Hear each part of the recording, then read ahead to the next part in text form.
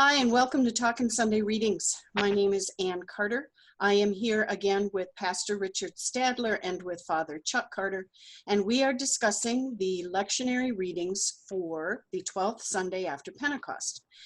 The Old Testament lessons, and there are two of them, include Exodus 1:8 verses into chapter 2, verse 10. We also have Isaiah chapter 51 verses 1 through 6. The epistle lesson is from the book of Romans, chapter 11:33 into chapter 12, verse 8.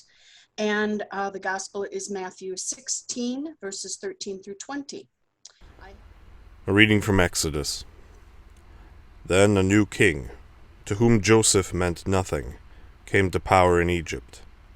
Look, he said to his people, the Israelites have become far too numerous for us. Come, we must deal shrewdly with them, or they will become even more numerous, and, if war breaks out, will join our enemies, fight against us, and leave the country. So they put slave masters over them to oppress them with forced labor, and they built Pithom and Ramesses as store cities for Pharaoh. But the more they were oppressed, the more they multiplied and spread. So the Egyptians came to dread the Israelites and worked them ruthlessly. They made their lives bitter with harsh labor in brick and mortar and with all kinds of work in the fields.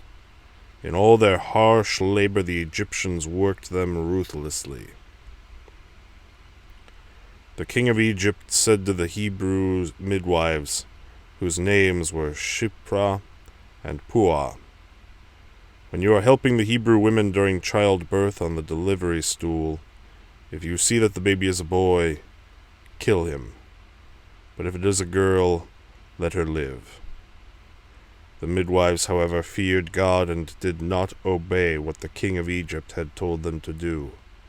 They let the boys live.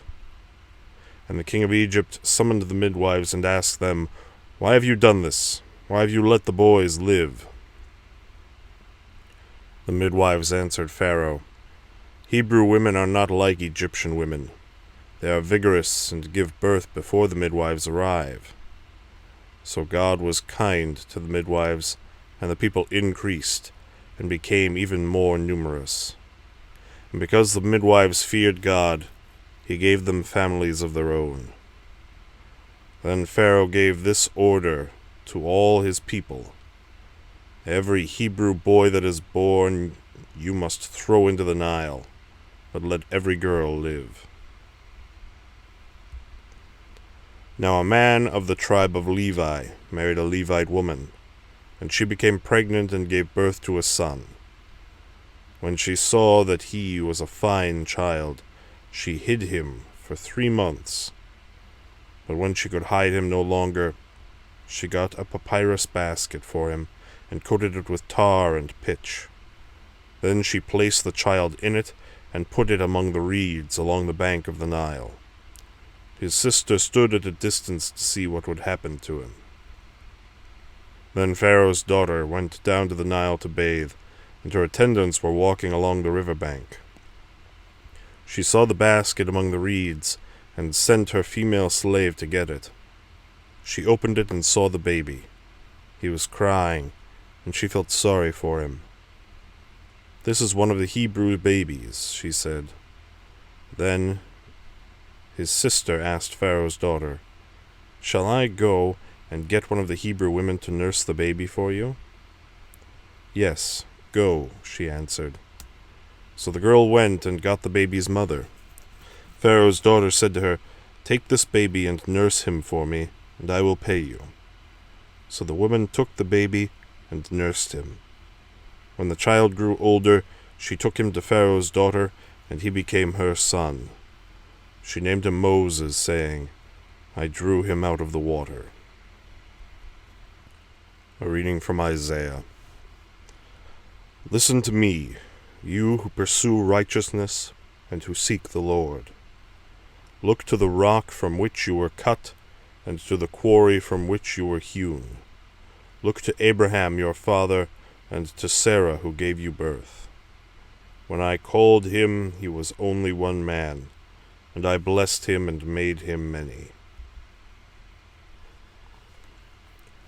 The Lord will surely comfort Zion, and will look with compassion on all her ruins. He will make her deserts like Eden, her wastelands like the garden of the Lord. Joy and gladness will be found in her, thanksgiving and the sound of singing. Listen to me, my people. Hear me, my nation. Instruction will go out from me. My justice will become a light to the nations. My righteousness draws near speedily. My salvation is on the way, and my arm will bring justice to the nations. The islands will look to me and wait in hope for my arm. Lift up your eyes to the heavens. Look at the earth beneath. The heavens will vanish like smoke. The earth will wear out like a garment, and its inhabitants die like flies. But my salvation will last forever. My righteousness will never fail. I have the privilege of talking about the Old Testament lessons a little bit, and they're fascinating stories as always. We are now in the book of Exodus, which is, as those of you who know anything, I guess, Exodus is the second book of the Bible. It's Genesis, then Exodus, Leviticus, Numbers, and Deuteronomy. Those first 5 books are also called the Pentateuch, which in Greek means 5 books. They're also called Torah, and they contain the laws of God as given to his people. Genesis is a book of beginnings, and over the last several weeks, we have discussed the beginnings of the family of God, the family that God chose through Abraham. And we've learned about Abraham and his children and his children's children, and those children being in Egypt because of the great famines that occurred during the days of Joseph. Exodus starts out with the beginnings of the gathering of those people to exit Egypt. There are some stories about some great names in Jewish history, names like Moses and Aaron and Miriam and Joshua. The book talks about the revealing of God to his people. In a few weeks or so, we're going to talk about the name of God. We're going to talk about the laws of God. We will get revelations of who God is and what he intends and how he intends to save his people. So to the story, I think that we all know this. Anybody who has watched the movie The Ten Commandments has seen this demonstrated through acting, and it's a wonderful story. I'm not going to go into too much of it because Tim's going to read it in detail. But I would like to make just a couple of comments about it and then tie it to Isaiah if I can. In verse 10, we read about how the Egyptians are afraid of the people of Israel because their numbers are great. They're growing as a people. And the intent of the Egyptian overlords is that they want to diminish that population. They don't want the people to be strong. They want them to be weak, and they want them to be less in number. So in verse 10, they say, "Come, let us deal shrewdly with them, or they will increase." In verse 11, "We will oppress them with forced labor." All, again, with the intent of weakening them as a people. But here's another example of God using their words. I'm almost against them. What they want is something that God makes the opposite happen. We read in verse 12 that the more they were oppressed, the more they multiplied and spread. So when people want to do something against God and his people, God works against that in surprising ways. The other thing I wanted to make note of is on those same lines, the king of Egypt went to the midwives of the Hebrew people because he wanted them to kill the baby boys as they were born. And the midwives refused to do so because they feared God. It says in verse 17, the midwives feared God, and they did not do as the king of Egypt commanded them. They let the baby boys live. Pharaoh got after them. In verse 20, though, we see what God's reaction was to the midwives following his implicit law that babies' lives are sacred.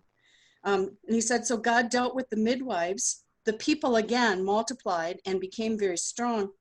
And because the midwives feared God, he gave them families. He blessed them in a way that they perhaps only could dream of. They didn't have families of their own, but God gave them this special gift because they had honored God with their actions. I think it ties really well in with Romans, and we'll get to that in a little bit. I think it ties also in with Isaiah.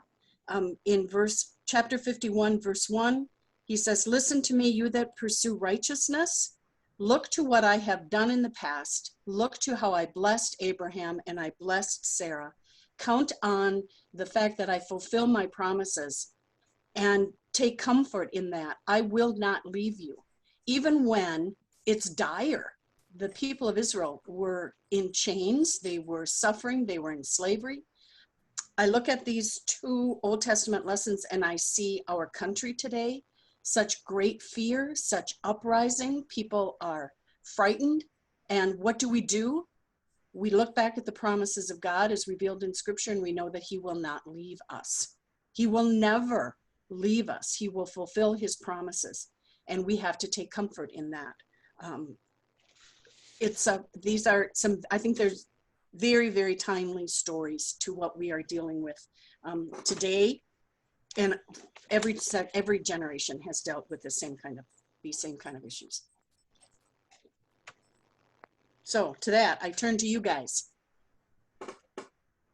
I think as people listen to this text from Exodus, they can think back on the history of Abraham, who was promised that his descendants would be so numerous that you couldn't count them. And now that's happening here in Exodus. And so there's a connection between these books of the Bible that are all written or called books of Moses. And so I think that's an important connection that we can see. Plus, when God delivers people, he doesn't just send down a spaceship and pick them all up and then haul them to the promised land. He uses human agencies as intermediaries. And here he's got some midwives who are protecting the prophet who is going to be eventually the leader of Israel. You've got Miriam, his sister, who's watching him when the Pharaoh says, kill all the boy babies and drown them in the water. And so his mother puts him in an ark. Same word that's used for the ark that Noah and his family were in, slightly different size. And so it's just fun to see all these different ways that God uses people to orchestrate his rescue of people. Yeah. And I think Isaiah, whoever's going to be hearing that one in their church, will also be able to see that instrumentality of God, that he brings salvation to his people at the end of the salvation reading. My righteousness draws me, or my salvation has gone out. And that's exactly what he's getting ready to do here for the children of Israel in Egyptian slavery. Mm-hmm. Yeah, at the end of that Isaiah reading, Isaiah 51 verse 6, my salvation will be forever, my deliverance will never be ended. And after, he says that the heavens will vanish like smoke, the earth will wear out like a garment, and they who dwell in it will die like gnats. But God's salvation lasts forever. And I think, whatever the Israelites were experiencing at that time in the Exodus, or at the time when Isaiah was writing these words of prophecy, it's a timeless reminder, and one that we can hold on to even today. This is going to pass away, but the salvation of God will not pass away. Well, it's kind of a vivid reminder that God is Emmanuel with us, and he's with the Israelites in their slavery. He's with Moses to protect him for his calling, and he's with the people of Israel, as Isaiah reminds them, to bring them salvation. So, yeah, I would think every woman, every mother listening to this reading from Exodus would really resonate to the privilege Moses' mom had after she has to give him up, and he's discovered by Pharaoh's daughter. But then Miriam, to her credit, offers to find someone to nurse the baby, and his mother gets to keep him for the weaning period until she then takes him, delivers him to his foster mother or to his new mother or stepmother or whatever. But it's a lot of human elements in this story. Yeah. Shades of Hannah and Samuel. Yeah, very much so. Yeah. A reading from Romans. Oh, the depth of the riches of the wisdom and the knowledge of God! How unsearchable his judgments, and his paths beyond tracing out. Who has known the mind of the Lord? Or who has been his counselor? Who has ever given to God that God should repay them? For from him and through him and for him are all things. To him be the glory forever. Amen. Therefore I urge you, brothers and sisters, in view of God's mercy, to offer your bodies as a living sacrifice, holy and pleasing to God. This is your true and proper worship. Do not conform to the pattern of this world, but be transformed by the renewing of your mind. Then you will be able to test and approve what God's will is, his good, pleasing, and perfect will. For by the grace given me I say to every one of you, do not think of yourself more highly than you ought, but rather think of yourself with sober judgment, in accordance with the faith God has distributed to each of you. For just as each of us has one body with many members, and these members do not all have the same function, so in Christ we, though many, form one body, and each member belongs to all the others.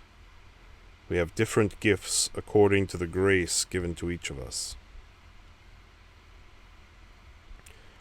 If your gift is prophesying, then prophesy in accordance with your faith.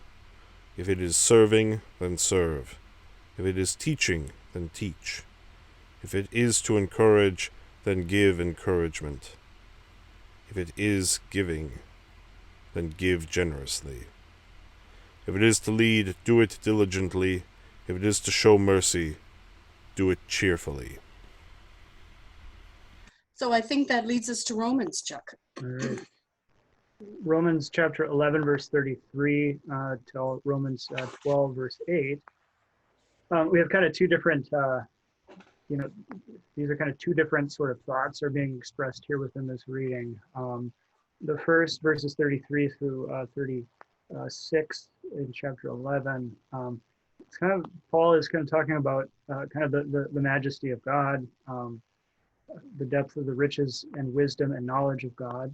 This sort of kind of the majesty, sovereignty of God, and a word of grace too in verse 35, which we can draw attention to. Who has given a gift to him that he might be repaid? Nobody. He's God. We can't repay God, but because in verse 36, for from him and through him and to him are all things, and so to him be glory forever. It's a wonderful kind of word of doxology or word of praise that Paul has here in Romans chapter 11. And because of that, then Paul makes an appeal in the first verse of chapter 12. I appeal to you, therefore, brethren, by the mercies of God, to present your bodies as a living sacrifice, holy and acceptable to God, which is your spiritual worship. And so when I was reading this, what stuck out to me is that sometimes we think that spirituality or the spirit is different from the body, but what Paul is talking about here is describing an integrated understanding of spirituality, of the body and of the spirit. That spirituality isn't just something that's up here in your head. That worship isn't just something you do in your mind or in your heart, but that a form of worship is to present your bodies as a living sacrifice, holy and acceptable to God, which is your spiritual worship. So we can worship God spiritually with our bodies, which I think can be a good, something to think about, that what we do, how we live, is can be reflective of our relationship with God. And these aren't just like rules that you need to follow in order to be a good person or to whatever, but that the rules, the way in which we live, actually expresses our relationship with God. And as he says, a living sacrifice, a living sacrifice. And then follows it up, do not be conformed to this world, but be transformed by the renewal of your mind. Famous verse, which a lot of people have maybe heard. That you may prove what is the will of God, what is good and acceptable and perfect. And so, you'll hear different messages, and it can be easy to follow along with whatever you hear being described to you as good or whatever through social media or the news or friends at school. But as Christians, we're called to something higher. We're called to worship the living God, the one from whom and through him and to him are all things. And so we ought to live our lives in such a way that reflects the God who has redeemed us. And so to that end, then Paul describes that how if we are all Christians living together in this church, in this church in Rome that he's writing to, that every one of you should not think of himself more highly than he ought to think, but with sober judgment, each according to the measure of faith which God has assigned him. And then he describes how there are different positions within the church, and they all have to work together for the good of the whole.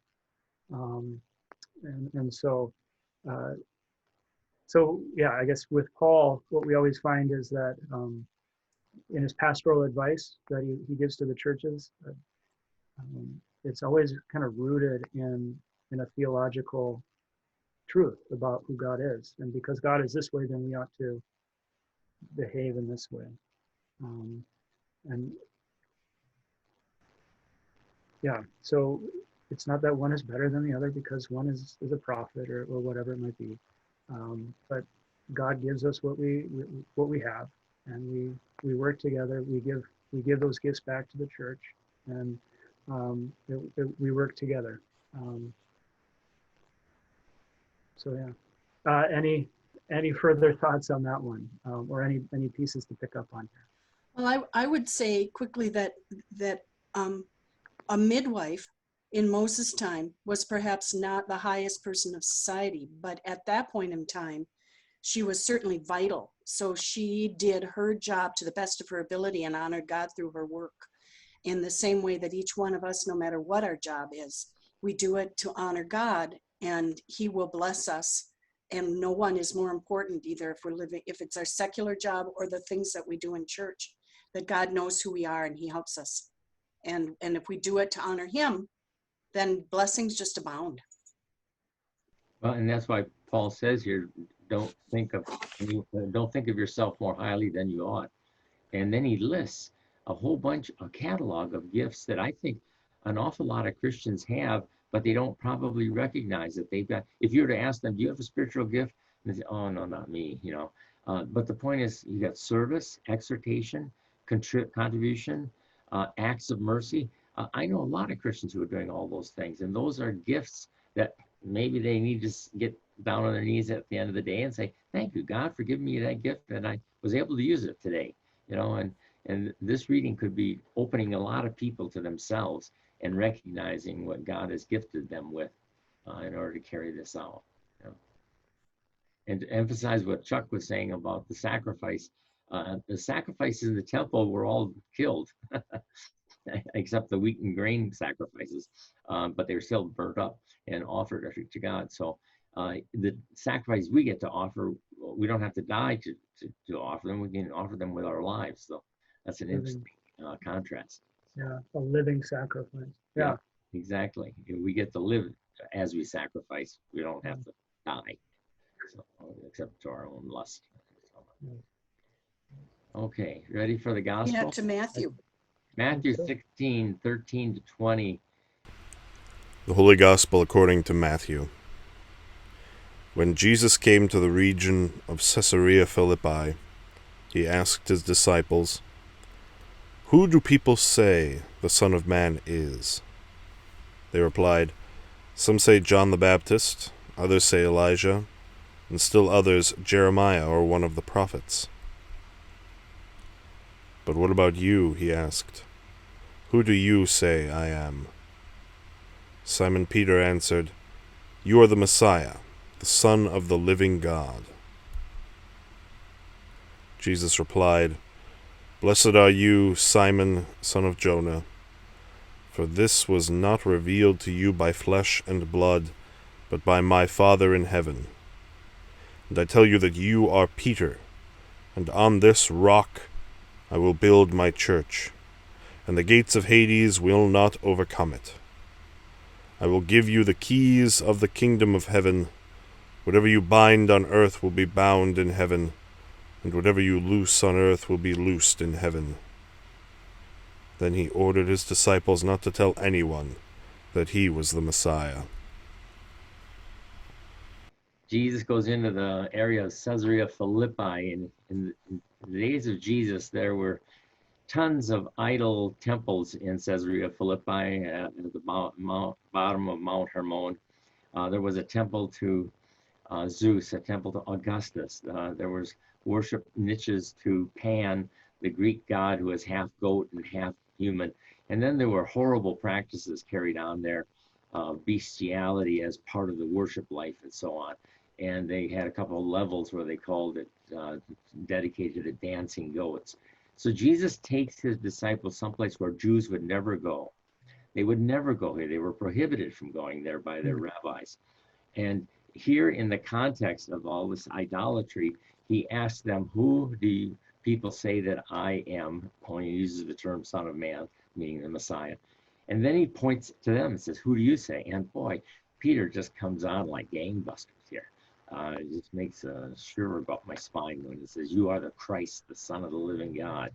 And Jesus tells him, that isn't from your own flesh and blood, from your own innate intelligence. God gave you that. And so then he goes on to say, "You are Petros," which means rock, and or stone. And upon this Petra, this slab of this rock cliff, I will build my church, and the gates of hell will not prevail against it. And at Caesarea Philippi, there was a cave called the Gates of Hell. And remember, we saw it when we went there. And I've got a picture of it, and I just wanted to share my screen if I could, just so we can appreciate where this all took place. There, can you see that? And so Jerusalem is down here. Caesarea Philippi is at the northernmost point of Israel. Jesus goes there with his disciples.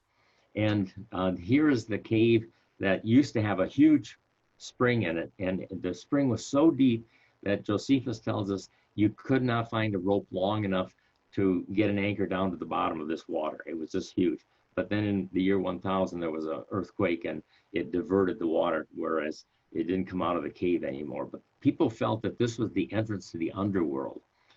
And so with that as kind of a background, when Jesus says the gates of hell will not prevail against his church, his assembly of believers, he's maybe calling this up as a visual aid, saying all of these idol gods, all of these false gods that people are worshiping, they are not going to be able to prevail. And I remember hearing something many years ago that isn't quite in tune with the Greek text here, but I think it was Chuck Swindoll who said, this is not a passive text when Jesus says the gates of hell will not prevail. It's implying an aggressive action on the part of the Christian church, dragging to the gates of hell their forces to pull people out of hell who are in unbelief and to bring them to faith in the gospel. And so this is a kind of implied marching orders for the church. And we've got work to do. And hell is not strong enough to keep the gospel from doing its work. and we just got to get the word out. And I thought that was kind of a neat reminder for us, you know. So, but anyway, I'll stop there. And Well, I think it's always important to note that this is a verse that's been highly contentious in church history. Well, what is you are Peter, and upon this rock I will build my church. I think it's important to balance this out with just the fact that the identification of Peter as the rock, and what makes Peter the rock, which is his confession of faith in Christ, you know, as the Messiah, the Son of the living God. And so, you know, it is upon that rock, you know, upon that confession of faith that the church is built, you know. And so, of course, you know, we can't avoid the history of interpretation on that. But I think it's just one of those things to note for our listeners that it's a text that's not cut in stone. It's, right. if you will, the interpretation of that text is not cut in stone. And so, well, this text is used by the Catholic Church to say that Peter is the rock upon which, as the first pope, the church was built. Protestant theologians disagree with that by pointing to the Greek text, where it says Petros is a masculine word, Petra, on which he's going to build his church, is a feminine, and so the antecedent is not Peter. The antecedent is somewhere else, and they would understand this to mean this is referring to the confession that you pointed out, which is the foundation of the church. Church was not built on a man. It was not built on a person. It was built on a common belief that Jesus is the Christ, the Son of the living God. You know? Right. And so that has convinced me. I don't agree with my brothers in the Catholic Church, you know, and so it's each person will have to decide how to understand the text and what it means to them. But there's no reason for people to hate each other and throw rocks at each other. There you go. Instead, just live on the rock. Okay. There you go. There you go. Live with mercy. Well, those are our readings for this week. We want to thank you for joining us and eavesdropping on our conversation. And if you'd be kind enough to like it, if you found it worthwhile, and share it with your friends. I want to thank Tim Carter for doing all the editing that makes these possible. And we'll look forward to seeing you again.